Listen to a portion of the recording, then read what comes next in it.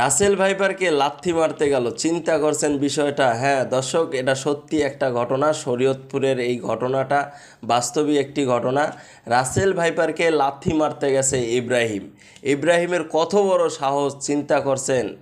ইব্রাহিম তার মালিকের বাসায় খাওয়া দাওয়া শেষ করছে এবং খাওয়া দাওয়া শেষ করে মালিকের বাসার পাশেই একটি ব্রিজ ছিল। সেই ব্রিজের নাম হচ্ছে নরিয়া ব্রিজ।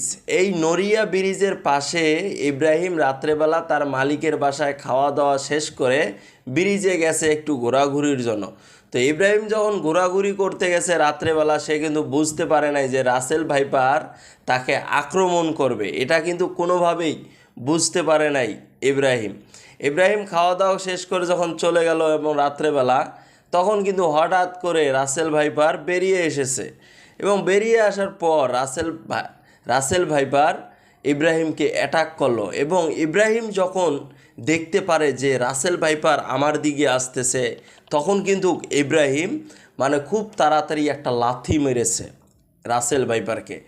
চিন্তা করছেন, রাসেল ভাইপারকে ইব্রাহিম লাথি মারছে। যে রাসেল ভাইপারকে দেখে সাধারণ মানুষ বর্তমান কিন্তু ভয় পাইতেছে যে বাংলাদেশে রাসেল ভাইপার বলে কিছু আছে এবং এটাকে আমরা ভয় পাইতেছি, এটার আশেপাশে যাওয়া যাবে না। অথচ ইব্রাহিম তার কত বড় বুকের মধ্যে সাহস, চিন্তা করছেন, সেই রাসেল ভাইপারকে লাথি মারল এবং লাথি মারার পরেই কিন্তু ইব্রাহিমের পায়ে একটা ছোবল মেরে দিছে। সেই ছোবল খাওয়ার পরে ইব্রাহিম তো বেহুশ অবস্থা। সে তখন কি করবে সেটা কিন্তু বুঝে উঠতে পারতেছে না। খুব তাড়াতাড়ি ইব্রাহিম যেই মালিকের বাসায় খাওয়া দাওয়া করে ঘুরতে এসেছিল, সেই মালিককে খবর দেয় ইব্রাহিম এবং খবর দিয়ে সেই মালিক খুব তাড়াতাড়ি একটি মোটরসাইকেল নিয়ে ইব্রাহিমের কাছে এসে শরীয়তপুরের একটি বড় ধরনের একটি হাসপাতালে এই ইব্রাহিমকে কিন্তু নিয়ে যায় সেখানে। এখন সেখানে নিয়ে যাওয়ার পরে ডাক্তাররা যারা আছে তারা কিন্তু পরীক্ষা নিরীক্ষা করার পরে দেখতে পারে যে ইব্রাহিমের শরীরে যতটুকু পরিমাণ বিষ যাওয়া কথা রাসেল ভাইপারের, অতটুকু কিন্তু যাইতে পারে নাই। কারণ ছোবলটা মেরেছিল, কিন্তু যতটুকু ছোবল মারলে রাসেল ভাইপারের বিষ তার শরীরে যাওয়া কথা, অতটুকু ছোবল কিন্তু মারতে পারে নাই। যার কারণে হয়তোবা এখনও পর্যন্ত ইব্রাহিম বেঁচে আছে। তবে ইব্রাহিম কিন্তু বুঝতে পারে নাই যে এটাই হয়তোবা রাসেল ভাইপার।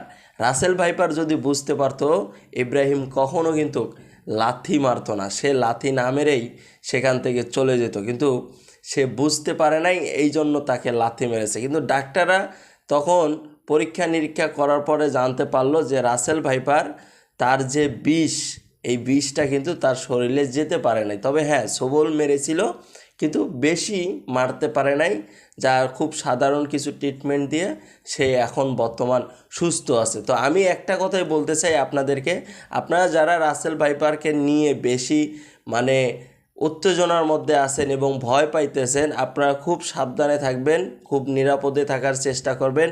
আপনার বাসার আশেপাশে এবং আরও দূর দূরান্ত যারা আছে এবং সবাইকে জানিয়ে দেবেন যে আপনার বাসার আশেপাশে ময়লা আবর্জনা যেগুলো আছে এগুলো দূরে সরিয়ে রাখবেন এবং ময়লা আবর্জনা পরিষ্কার পরিচ্ছন্নতায় রাখবেন নিজের ঘর বাড়ি।